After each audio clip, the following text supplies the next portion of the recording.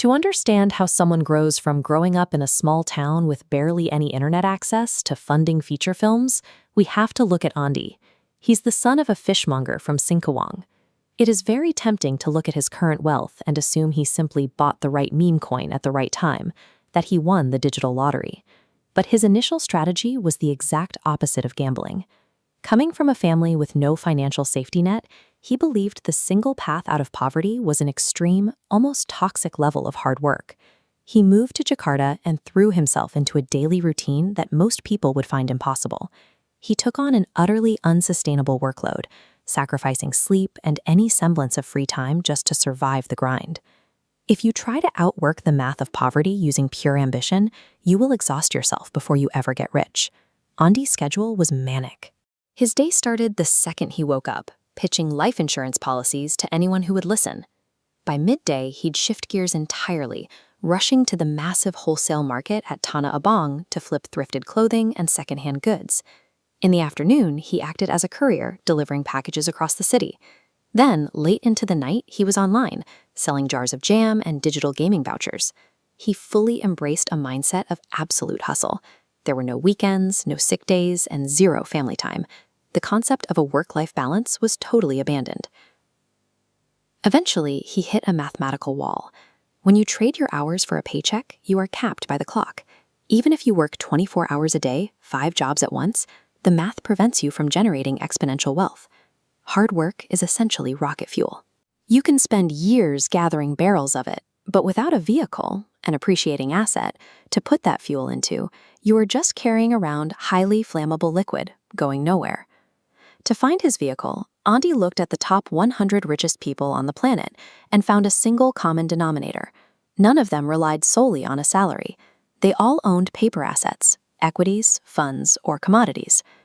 He spent his few free hours in internet cafes and free financial seminars, eventually discovering Bitcoin in late 2017. Rather than buying into the peak mania, he stayed on the sidelines. He waited until January 2018, when the market crashed and the price dropped by 80%.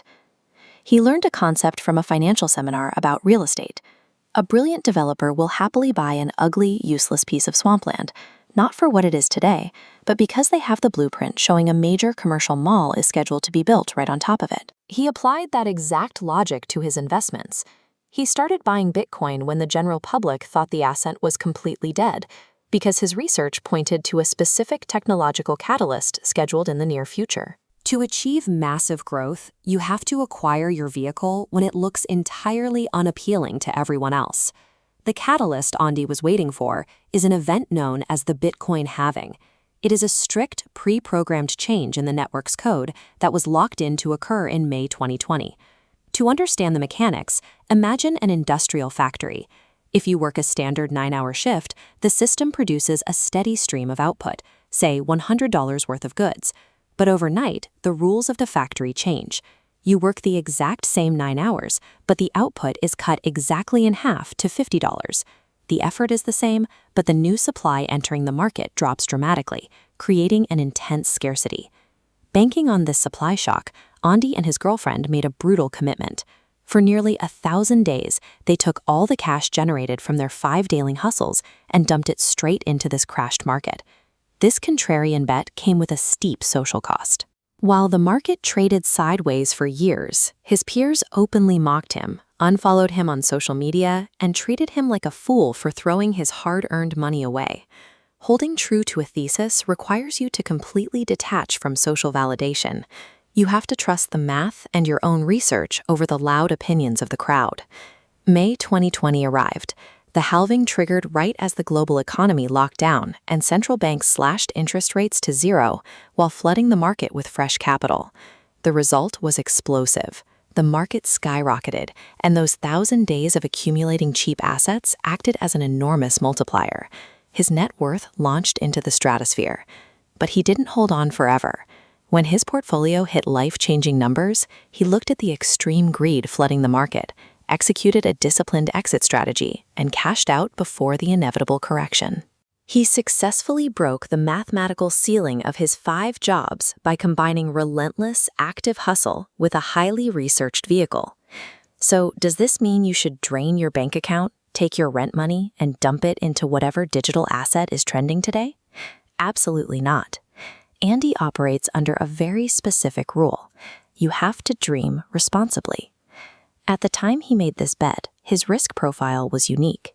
He was single, had no dependents, and wasn't funding an extended family. He also had a literal backup plan. If his portfolio went to zero, he accepted that he would move back to Singapore and sell noodles. He took a massive risk, but he knew exactly what he could afford to lose. True financial power doesn't come from blindly rolling the dice. It comes from maximizing the amount of fuel you can earn every single day, doing the deep contrarian research to build a vehicle, and taking extreme but strictly calculated risks based on your own reality.